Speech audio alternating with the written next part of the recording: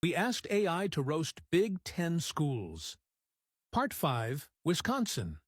The University of Wisconsin-Madison, where the beer is cold, the winters are colder, and the students' collective IQ drops every time Jump Around plays.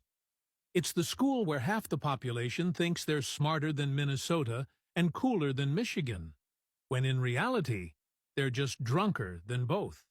The campus, a frozen tundra for 6 months of the year, where students have to hike uphill both ways just to make it to class.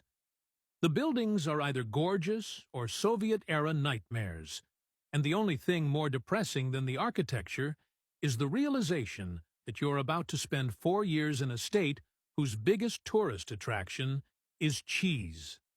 And the social life? If you like drinking more than thinking, welcome home.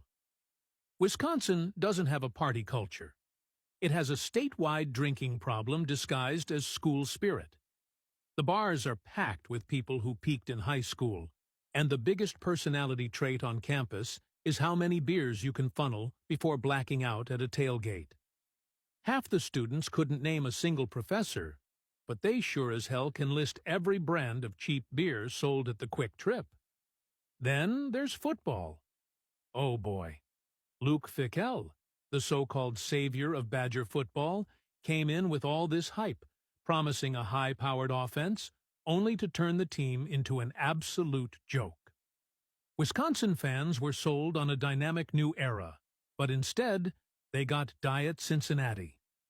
The man showed up talking about big changes, and then immediately ran the most uninspired offense imaginable, turning a team that at least used to be boring but effective into one that's boring and bad. At least when they were running the ball 50 times a game, they were winning. Now, they're just losing in a slightly more modern way. The best part about graduating from Wisconsin?